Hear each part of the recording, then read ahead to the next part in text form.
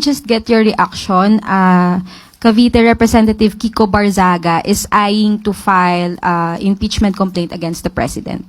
Nakarating na po ba ito sa Presidente, ma'am?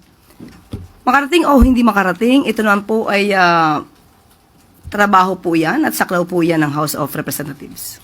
But ma'am, before po itong plano niyang pag-file ng impeachment complaint, he's also calling for the President to resign because yung corruption daw po ay dito sa Malacanang nanggagaling. Ano pong masasabi ng palas? Mahirap po kasi magsalita ng walang ebidensya. Madaling magbintang, madaling magsabi kung ano-ano.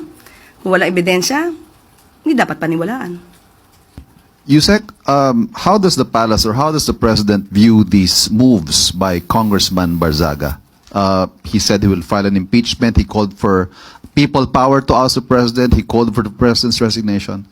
While the congressman's ways may be unconventional, he is certainly getting a lot of attention.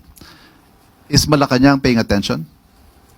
Sa panahon ngayon na marami pong ginagawa ang Pangulo, hindi po pinapansin ang mga ganyang klaseng usapin.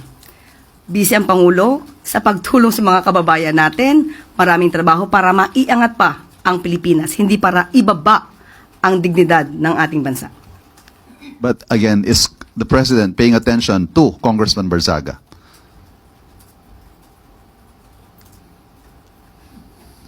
Just a smile.